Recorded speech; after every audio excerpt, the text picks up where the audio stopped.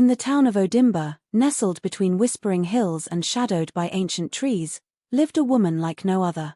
Her name was Ijeoma. Or at least, that's what everyone called her. Her house stood apart, white, tall, with iron gates and walls lined with bougainvillea vines that never wilted. It overlooked the market square, where the town breathed and bled. People said it was Chief Uzochi, the richest man in Odimba, who built the house for her. A man whose wealth could move borders and silence tongues. She was his mistress, yes, but she was also something more. Every evening, she sat on her veranda with a glass of palm wine in hand, watching. Eyes like twin moons, calm, but never still. Traders, gossipers, lovers, and liars all passed beneath her gaze.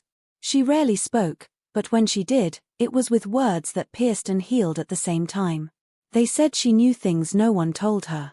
When Memaneka's son didn't return home one night, Ijeoma was the one who said, "Check the river. He's there. Sleeping, not drowned." And he was. Alive and drunk, under the old fig tree. When Ngozi's marriage began to sour, Ijeoma whispered a name into her ear. The name of her husband's secret lover. 2 days later, Ngozi left with her children and a smile. No one knew where Ijeoma came from, but they accepted her. With awe.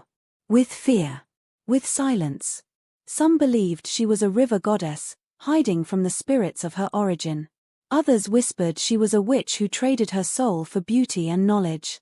A few old women claimed they'd seen her before in a dream, or maybe in another life.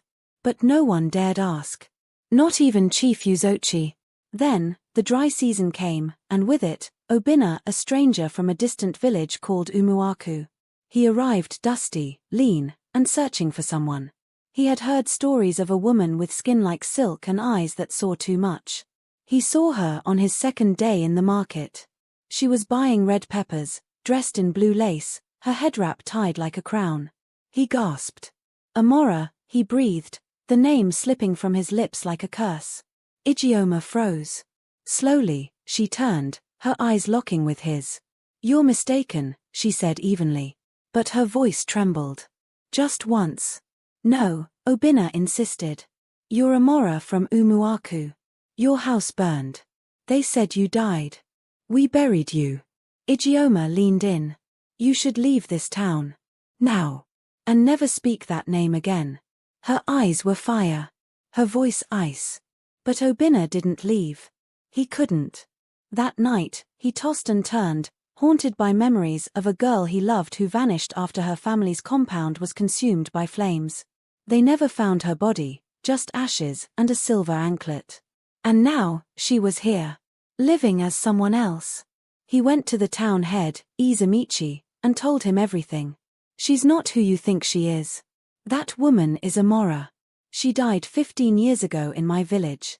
I was at her funeral." The Iz was skeptical but curious. "Are you sure?" "I would know her face even in the dark," Obinna said. The Iz sent a messenger to summon Ijeoma the next morning. But when they arrived at her house, it was silent. The door stood open. The iron gate creaked in the wind. Inside, the rooms were bare. No furniture. No clothes. No scent. No sign of life.